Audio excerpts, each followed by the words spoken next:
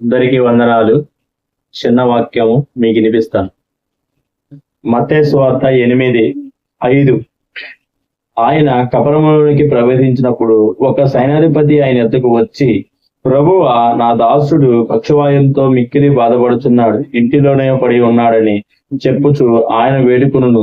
యేసు, నేను వచ్చి వారిని స్వస్థపరచుకును అతనితో చెప్పగా, ఆ సైన్యాధిపతి, ప్రభువా, నీవు నా ఇంటిలోనికి వచ్చుటకును నేను పాత్రుడు కాను, నీవు మాట మాత్రం సెలవిమ్ము, అప్పుడు నా దాసుడు స్వస్థపరచబడును. నేను కూడా అధికారములకు లోబడి ఉన్నవాడు, నా చేతి కింద సైనికులు ఉన్నారు.